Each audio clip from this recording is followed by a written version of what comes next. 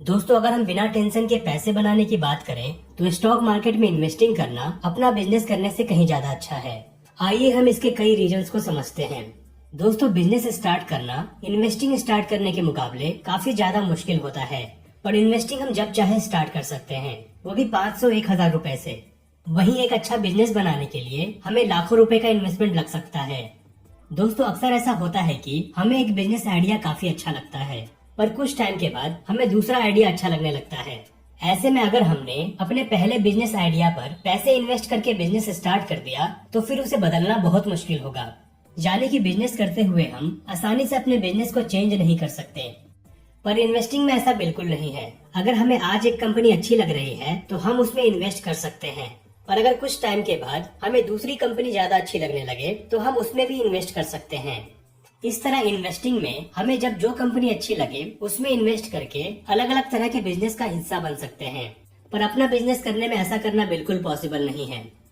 इन चीजों के अलावा दो और चीजें हैं जो इन्वेस्टिंग को बेस्ट बनाती है, और वो है इसमें एसिमेट्रिकल रिस्क रिटर्न रेशियो और रूम फॉर मिस्टेक्स का होना। दोस्तों, एसिमेट्रिकल रिस्क रिटर्न रेशियो का मतलब होता है हमें इन्वेस्टिंग में उतना ही लॉस हो सकता है जितना हमने इसमें पैसा लगाया है, पर इसमें प्रॉफिट हमें अपने लगाए हुए पैसों से 5 गुना, 10 गुना या 100 गुना भी हो सकता है। एग्जाम्पल के लिए, अगर हमने 1 लाख रुपए इन्वेस्ट करके किसी कंपनी के शेयर्स बाय किए हैं तो बुरा से बुरा ये हो सकता है कि कंपनी की शेयर प्राइस 0 हो जाए और हमें पूरे 1 लाख रुपए का नुकसान हो जाए।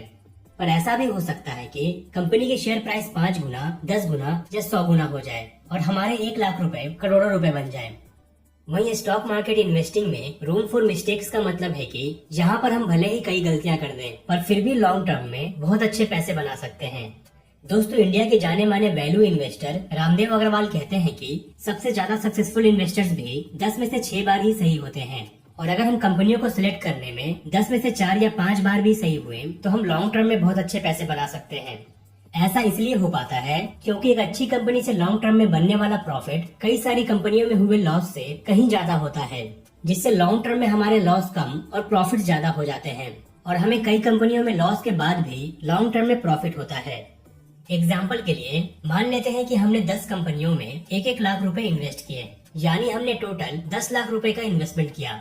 अब 5 साल के बाद हो सकता है कि 10 में से 6 कंपनियों में हमें 50% का लॉस हो जाए, यानी कि इनमें हमारे इन्वेस्ट किए 1-1 लाख रुपए 50-50 हजार रुपए हो जाए।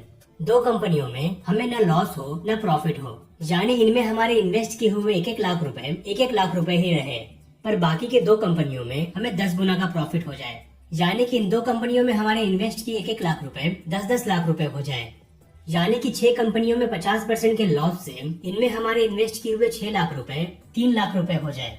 2 कंपनियों में ना प्रॉफिट ना लॉस से इनमें हमारे इन्वेस्ट किए हुए 2 लाख रुपए 2 लाख रुपए ही रहे, और 2 कंपनियों में 10 गुना प्रॉफिट से इनमें हमारे इन्वेस्ट किए हुए 2 लाख रुपए 20 लाख रुपए हो जाए।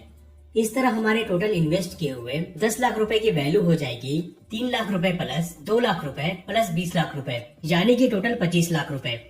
दोस्तों, यहाँ पर हमें 10 में से 6 कंपनियों में 50% का लॉस हुआ, फिर भी हमारे 10 लाख रुपए बढ़कर 25 लाख रुपए हो गए, क्योंकि यहाँ 10 में से 2 कंपनियों का प्रॉफिट 6 कंपनियों में हुए लॉस से कहीं ज्यादा था। और स्टॉक मार्केट इन्वेस्टिंग में ठीक ऐसा ही होता है।